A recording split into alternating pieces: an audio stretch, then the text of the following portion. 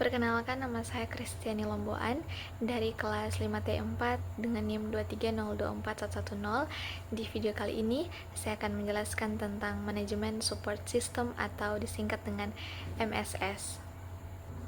Dan yang pertama ini kita akan membahas tentang pengertian manajemen support system atau MSS. Manajemen support system atau MSS adalah sekumpulan sistem berbasis komputer yang digunakan untuk mendukung proses pengambilan keputusan di berbagai tingkat manajemen dalam organisasi. MSS membantu manajer dalam yang pertama merancangkan, yang kedua mengendalikan, yang ketiga mengevaluasi, dan yang terakhir membuat keputusan strategis maupun operasional.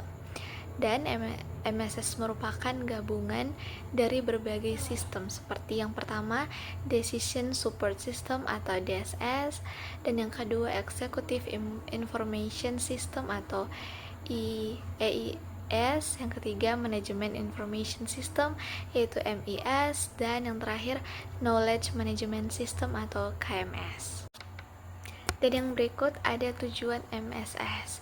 Tujuan pertama adalah mendukung pengambilan keputusan atau memberi informasi yang relevan, tepat waktu, dan akurat. Tujuan kedua yaitu meningkatkan efektivitas manajerial, membantu manajer memilih alternatif terbaik. Tujuan ketiga yaitu mengintegrasikan data perusahaan dari berbagai departemen agar informasi konsisten. Tujuan keempat yaitu mengurangi ketidakpastian dengan memberikan simulasi, prediksi, dan analisis. Dan tujuan terakhir yaitu meningkatkan efisiensi organisasi, mempersingkat proses analisis dan laporan. Berikut ada komponen MSS. Yang pertama ada database, berisi data internal seperti keuangan, penjualan, dan produksi. Dan ada juga eksternal, yaitu pasar, pesaing, dan regulasi. Berikut ada model base, kumpulan model analisis seperti statistik, matematika, dan simulasi untuk membantu evaluasi. Berikutnya ada user interface, antarmuka yang memudahkan manajer dalam mengakses sistem. Dan yang terakhir ada software atau tools pendukung, aplikasi analisis, visualisasi data, sistem prediksi, dan dashboard manajemen. Dan berikut ada jenis MSS. Yang pertama ada Decision Support System, itu untuk mendukung keputusan semester struktur. Yang kedua ada Executive Information System, yaitu menyediakan ringkasan strategis bagi eksekutif.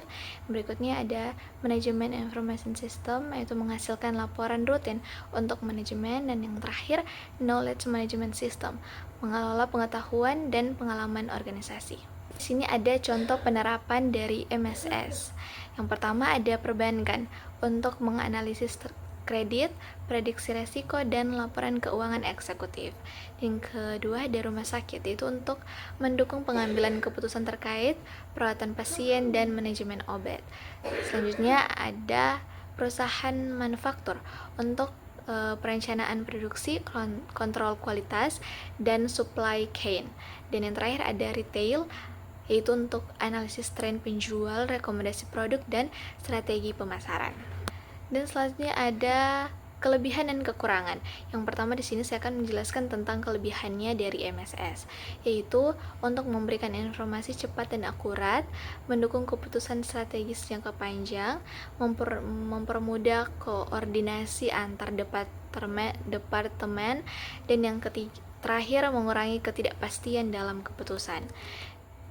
Berikutnya ada kekurangan dari MSS, yaitu biaya implementasi cukup tinggi, kemudian membutuhkan SDM yang terampil mengoperasikan, kemudian ada risiko keamanan data jika tidak dikelola dengan baik, dan yang terakhir bisa menimbulkan ketergantungan pada sistem.